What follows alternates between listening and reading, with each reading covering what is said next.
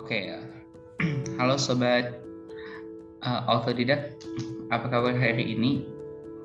Pada kesempatan hari ini saya ingin coba berbagi bagaimana cara menulis essay di IELTS Writing Class 1. Pada kesempatan ini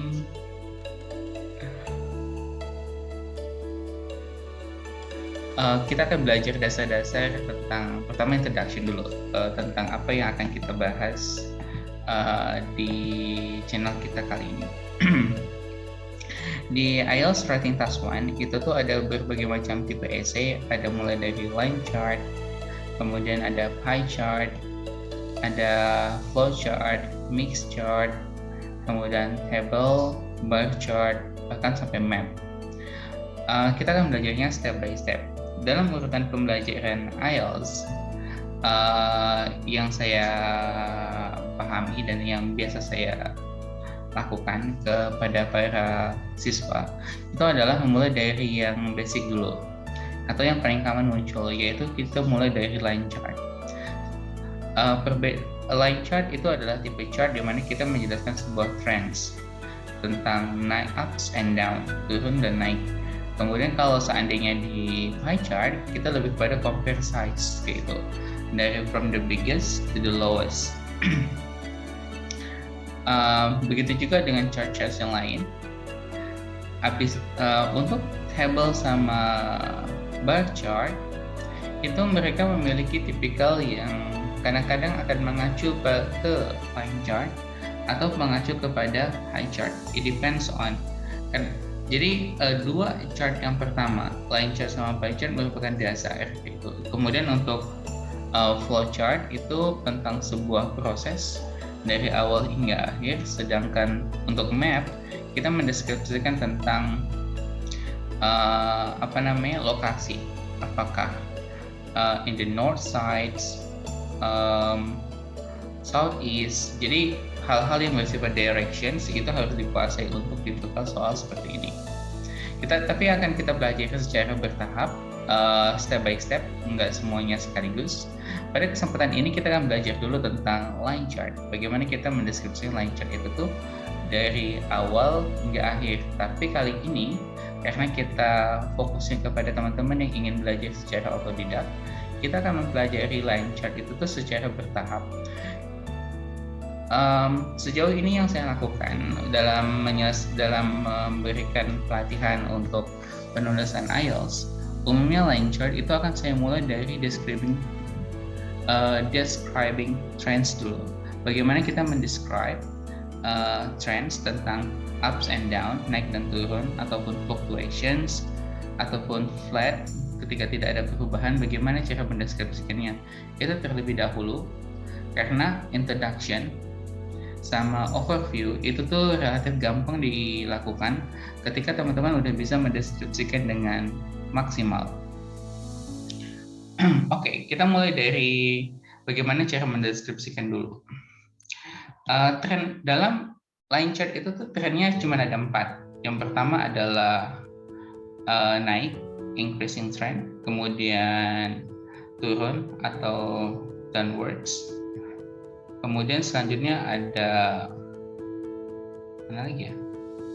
Sebentar, cek dulu ke bawah. Ada yang flat kayak gini atau stable, unchanged, dan ada yang fluctuations. Dan setiap grafik seperti ini punya cara tersendiri dalam mengekspresikannya. Oke, kita akan mulai dulu dari yang paling gampang. Naik dan turun. Ini adalah kosakata yang harus teman-teman kuasai. Jika teman-teman ingin menggunakan kata benda, kita bisa menggunakan kata growth, increase, peak, sama rise and the highest level. Kalau itu paling tinggi ya. Kemudian di sini ada decline, decrease, dip, drop, fall. Kemudian ini adalah beberapa pilihan yang bisa dipakai untuk untuk kata kerjanya. Umumnya tenses yang akan dipakai itu adalah simple past, karena pada umumnya chart itu tuh menggunakan keterangan waktu masa lampau. Namun teman-teman harus juga perhatikan tipenya, tenses yang dipakai itu apakah masa lalu, masa lampau, atau masa sekarang. Jadi umumnya ada 3 tenses yang akan dipakai di line chart. Yang pertama adalah simple past, jika keterangan waktunya itu masa lalu. Misalkan sekarang 2022, maka semua keterangan waktu yang di bawah 2022 akan menggunakan simple past. Namun kadang-kadang ada juga chart yang menggunakan predictions atau future projections kayak gitu. Maka jika dia menggunakan future projections atau istilahnya tuh estimasi di masa depan, misalkan dia menggunakan keterangan waktunya itu tuh 2030 ataupun 2050, maka ketika mendeskripsikan setelah tahun 2022, maka kita akan menggunakan simple future. Oke, baik, kita lanjut dalam proses pendeskripsian chartnya dulu. Sebelum kita mendeskripsikan lebih lanjut, selain menguasai kosakata yang ada di sini, teman-teman harus bisa memahami tentang tingkat kemiringan. Karena tingkat kemiringan setiap line chart atau setiap figure yang ada di situ tuh penting untuk menentukan untuk mendeskripsikan lebih detail. Misalkan apakah kenaikannya itu slowly atau slightly, ataupun gradually, considerably, ataupun bahkan sharply. Dan ini adalah beberapa adverbs yang teman-teman bisa pakai ketika mendeskripsikan hal tersebut. Oke. Selanjutnya, tahap berikutnya. Ini kalau dipakai untuk menyatakan stagnan ataupun konstan. Bisa gunakan kata maintain, remain, ataupun stay, kemudian diikuti oleh kata sifat. Berbeda dengan yang di atas menggunakan adverb, kalau yang ini tanpa ly, tanpa menggunakan kata sifat, tanpa menggunakan adverb, malahan harusnya menggunakan kata sifat setelah kata kerja tersebut. Oke, sekarang kita akan lanjut bagaimana cara mendeskripsikan. Misal, contoh, kita ambil untuk soal nomor pertama yang ini, kita ganti dan objek yang akan kita deskripsikan adalah meat consumption, misalkan ya, consumptions. Oke, dan kita lihat bahwa ini kenaikannya itu tuh tingkat kemiringannya itu tuh nggak terlalu besar, chill. Maka kita bisa menggunakan adverb yang bermakna yang chill, yaitu slightly atau slowly. Itu yang pertama. Kemudian cari lagi, misalkan ini kan naik ya, naik. Maka kita cek ke atas, kosakata yang bisa kita pakai naik itu tuh yang mana? Bisa climb, bisa go, bisa grow, kayak gitu. Kemudian lihat keterangan waktu yang dipakai apa? Past tense. Oke, sekarang kita akan langsung mulai. Misalkan contoh, the meat consumption in China grew, kita gunakan verb 2 dari grow, grew. Seberapa besar? Misalkan kita bilangnya slightly. Slightly grew up from 20% sampai 30%. 20% itu tuh waktunya kapan? Misalkan tahun 2020 ya di sini. Saya besarin dikit agar teman-teman bisa melihat dengan jelas. Ini 2000, jadi kita tulis keterangan waktunya di belakang statistiknya in 2000. Kemudian setelah kata from pasangannya adalah to ke angka berapa? 30%. Pada waktu kapan? In 2005. Stop.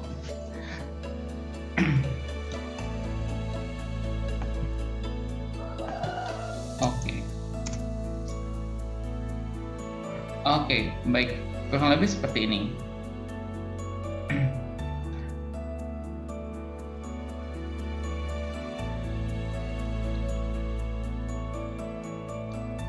Oke, ading. Oke, baik.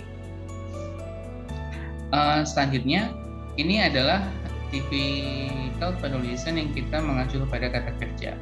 Namun kita bisa menggunakan kata benda. Misalkan kata benda yang akan bermakna kenaikan itu ada di sini kan. Kata benda yang bermakna kenaikan di sini ada growth, increase, peak, sama peak itu untuk menanyakan puncak ya, untuk menyatakan puncak.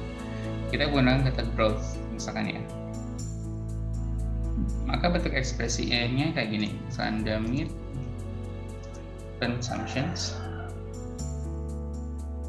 consumptions in China, experience, kita gunakan kata experience, a slow growth from. Oh ya, selain from, teman-teman bisa gunakan juga kata berikut ini, between 20%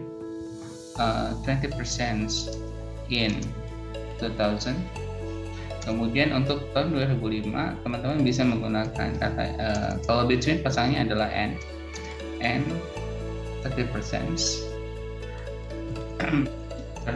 Misalkan tahun 2025, teman-teman ingin memvariasikan, nggak menggunakan tahun 2005, tapi kita lihat hitung 2000 sama 2005 itu tuh jedanya berapa? Misalkan 5 tahun ya.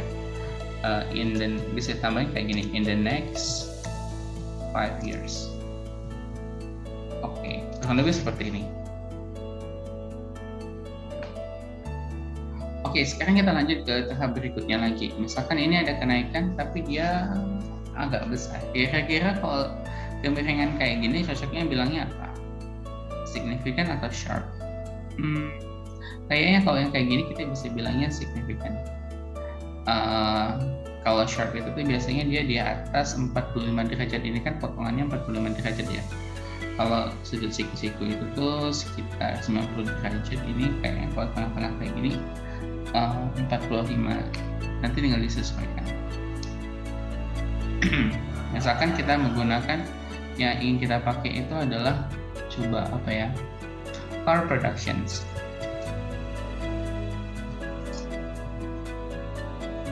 Oke, dia naik dan besar.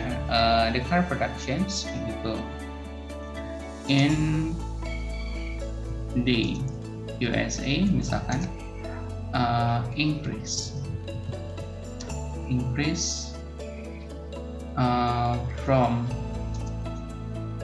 20% in 2000. 2000s itu kan awal tahun, bisa diganti dengan kata in the first year ke angka berapa? Ke misalkan tuh 78% in 2005. Oh ya, di sini kita belum menjelaskan tentang seberapa besar. Jadi bisa ditambahin kata significantly.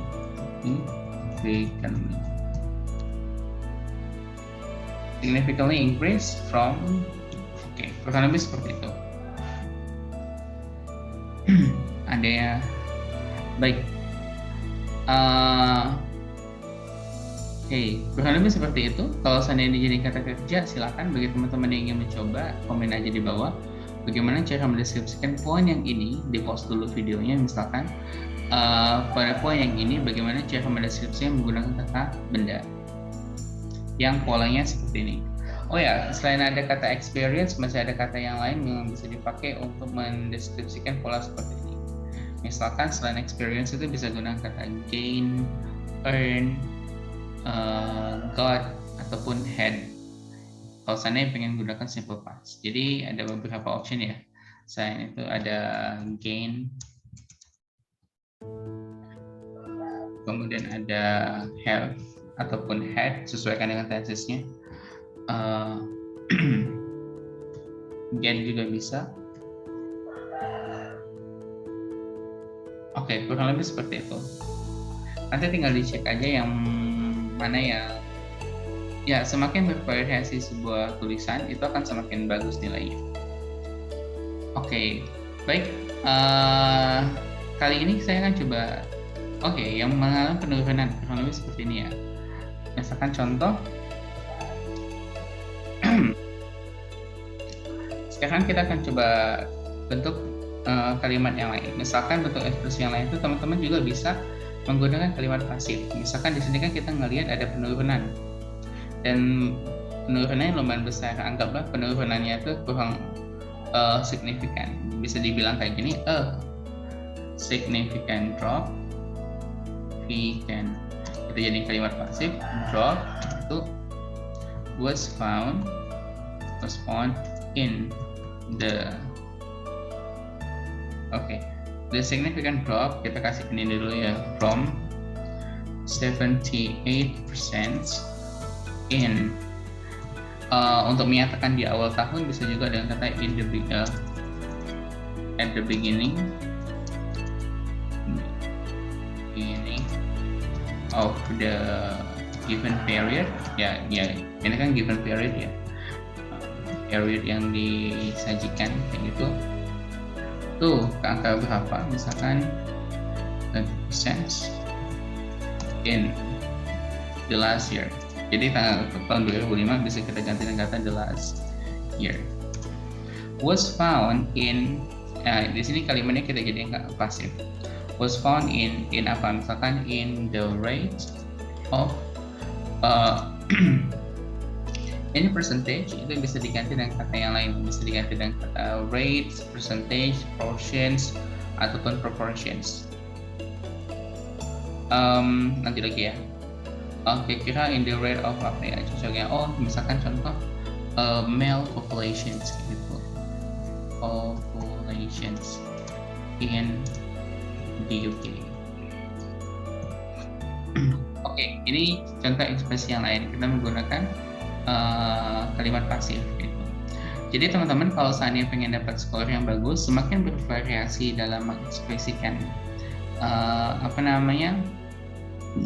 mengekspresikan chartnya, kalimat yang dipakai ada kalimat pasif, ada yang menggunakan kata kerja seperti ini, ataupun menggunakan metode seperti ini, yaitu kita menggunakan kata benda kayak gitu untuk menyatakan naik ataupun turun, maka itu akan semakin bagus nilainya.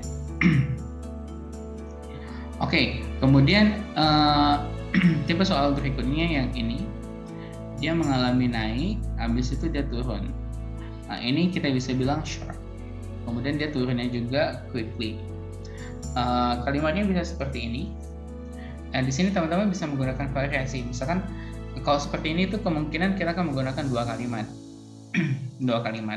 Jadi kalimat pertama itu kita pakai untuk menyatakan naik. Kalimat kedua kita pakai untuk menyatakan turun. Saya akan mulai dengan kalimat, misalkan contoh apa yang ingin kita deskripsikan ya.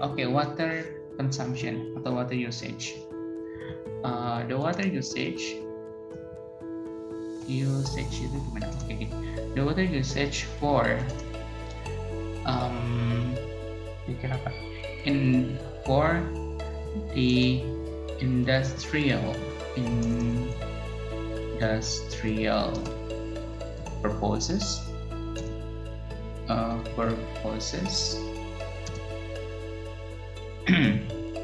industrial purposes for example in Australia started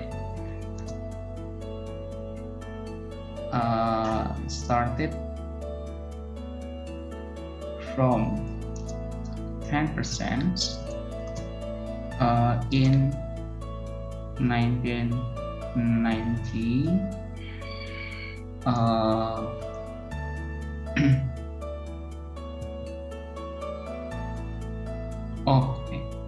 started at kemudian kita bilang before climbingnya seberapa besar,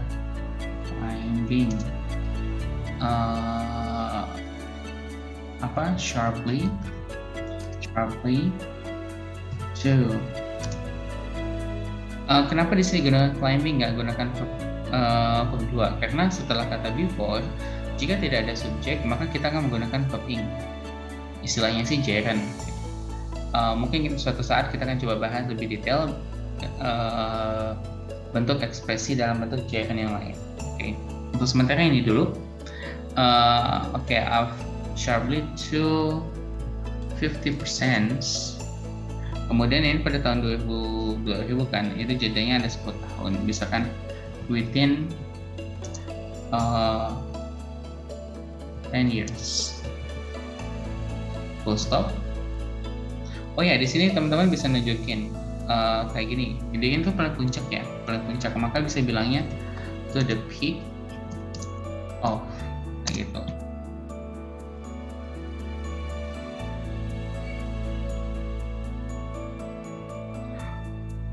Oke, good. Habis itu dia turun. Kalau turun kita bikin kontras. Habis dia naik, kemudian kita bikin kontras untuk menyatakan penurunan. However, kayak gitu. Menggunakan konektor yang sifatnya kontras. Misalkan however, nevertheless, nonetheless, kayak gitu. In contrast, ya nanti dicek aja kira-kira konektor yang lain nih seperti apa. However, kayak itu dia turunnya dengan cepat juga. Karena kita udah bilang the water usage di sini, maka kita bisa gunakan kata ganti it tanpa harus mengulangi kata yang sama. It misalkan atau it had a quick menurunkan, a quick decline gitu. Karena kita udah nyebutin 50%, maka kita nggak perlu bilang lagi from, tapi cukup bilang to. It had a quick decline to misalkan 15% in the last year. Oh ya, last year udah pernah dipakai sebelumnya. Kita ganti dengan kata final year. Full stop. Oke. Kurang lebih seperti ini. Mungkin nanti yang berikutnya akan kita lanjutkan. Segini dulu untuk yang bisa kita bahas. Bagi teman-teman yang ingin coba latihan, mendeskripsikan dengan dengan caranya sendiri, teman-teman bisa melakukan latihan dengan mendeskripsikan mungkin chart ini. Oke, teman-teman bisa pause dulu, kemudian bisa coba deskripsikan dari awal sampai akhir tentang percentage of total music sales by method. Ini adalah metodenya, kemudian ini adalah percentage dari salesnya. Silakan teman-teman coba deskripsikan di komen, nanti akan kita bahas. Oke, mungkin sekian dulu. Terima kasih banyak atas waktunya. Mudah-mudahan bermanfaat. Bye. Have a good day, everyone. See you.